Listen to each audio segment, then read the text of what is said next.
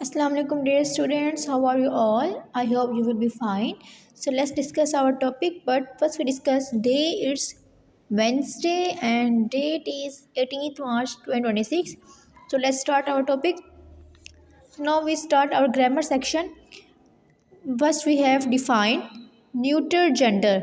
आपने इसको अंडरस्टैंड करना है कि न्यूटर जेंडर क्या होता है. ठीक है. A noun that is used for a non-living object, things without life, is of the neuter gender. अब न्यूटर जेंडर वो होता है जो हम किसी नॉन लिविंग ऑब्जेक्ट यानी जो कुछ बेजानदार है उनके लिए कोई वर्ड नाउन यूज़ करते हैं. Neuter means neither a male nor a female. अब न्यूटर क्या होते हैं कि ना कोई मेल हो ना फीमेल हो. जेंडर का मतलब तो यही होता है ना कि जेंडर का कि मेल हो या फीमेल, लेकिन इसके साथ वर्ड आगे न्यूटर मतलब ना कोई मेल ना कोई फीमेल. जैसा कि वुड. अब देखिए लकड़ी, ना कोई मेल है ना कोई फीमेल है लेकिन नाउन है. बेंच, ना ये मेल है ना ये फीमेल है लेकिन फिर भी नाउन है, नाम तो इनका है ना. पेपर भी ना कोई मेल है फीमेल है, जस्ट नाउन है. इसी तरह sand, home, tree, pen, stone, ये सब चीज़ें क्या है, नॉन लिविंग है, इनमें कोई जान नहीं है लेकिन फिर भी इनका क्या है, नेम है. समझ आ गई आप लोगों को. Collective nouns refer to living beings but are use as neuter nouns. अच्छा जी, अब वो ये कह रहे हैं कि जो हमारे पास कोलेक्टिव नाउन्स होते हैं ना, जिस तरह के आर्मी, क्राउड, ये क्या है, लिविंग बीइंग से हम रेफर करते हैं लेकिन ये असल में क्या है, न्यूटर नाउन्स है, ये बेजान है. ठीक है. अब देखिए हजूम में तो लोग हैं, एक लोग मिलके हजूम बनाते हैं ना, लेकिन जब हजूम बन गया तो वर्ड नॉन लिविंग की तरफ चला गया, हजूम एक नॉन लिविंग हो जाता है. That is the reason why nouns donating the people are usually of common gender. इसी वजह से क्या होता है, नाउन्स को लोग कॉमन जेंडर ही समझ लेते हैं. तो यहाँ से हम एग्जाम्पल समझते हैं. देखिए, अ class has so many benches. अब एक क्लास में क्या है, बहुत सारे बेंचेस हैं. अब देखिए बेंचेस ना मेल है ना फीमेल है, जस्ट नाउन है और नॉन लिविंग भी है. I need a piece of paper. Paper वही बात, ना मेल है ना फीमेल है, जस्ट नाउन है. Ali wants to build a house.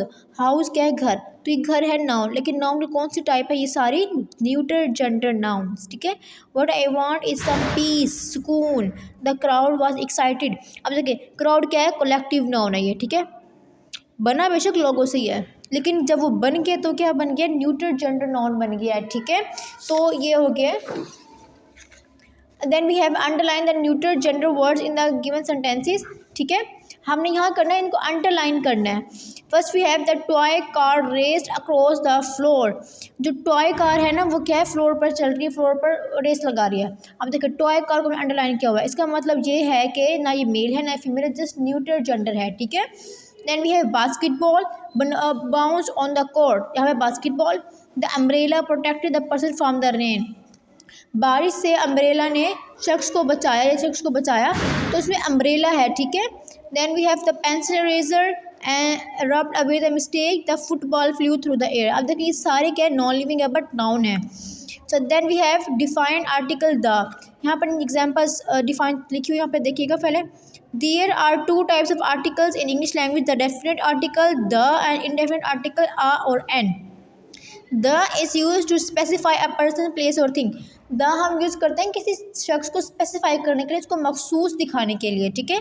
Uh and an are two indefinite articles, they are use before singular countable nouns. ये हम तब यूज़ करते हैं जब हमारे पास सिंगुलर हो और काउंटेबल नाउन हो.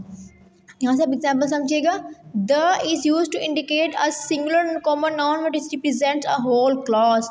कि ये क्या करता है, एक सिंगल कॉमन नाउन को इंडिकेट करता है जब एक पूरी क्लास को क्या हो, रिप्रेजेंट हो रही हो. We should not look down upon the poor. अब देखें द पुअर है ना, ये एक अलग क्लास है. लीड क्लास यानी रिच क्लास एक अलग है, पुअर क्लास एक अलग है. तो उन्होंने क्या किया, इसको सिंगल कॉमन नाउन में कर दिए द पुअर. अब पुअर क्या कर दिया, उन्होंने स्पेसिफाई कर दिया. It is use while speaking of something और समबडी ऑलरेडी रेफर टू. ठीक है. अभी क्या करते हैं कि वाइल स्पीकिंग ऑफ समथिंग, कि किसी और चीज़ को रेफ़र कर रहे होते हैं, बोल रहे होते हैं. I am going to buy the dress that my friend already has. वो कह रहा है कि मैं वो ड्रेस लेने जा रही हूँ, ख़रीदने जा रही हूँ जो मेरे फ्रेंड के पास पहले से ही है. मतलब इसने ना अब ड्रेस को क्या कर दिया, स्पेसिफाई कर दिया कि मैं वो ड्रेस ले रही हूँ जो मेरी दोस्त के पास ऑलरेडी है. अगर वो कहते हैं ना कि मैं ड्रेस लेने जा रही हूँ, just it is a common thing, तब हम द ना लगाते हैं, लेकिन हम द इसलिए लगा रहे हैं क्योंकि वो ड्रेस उसकी दोस्त के पास भी है. ठीक है।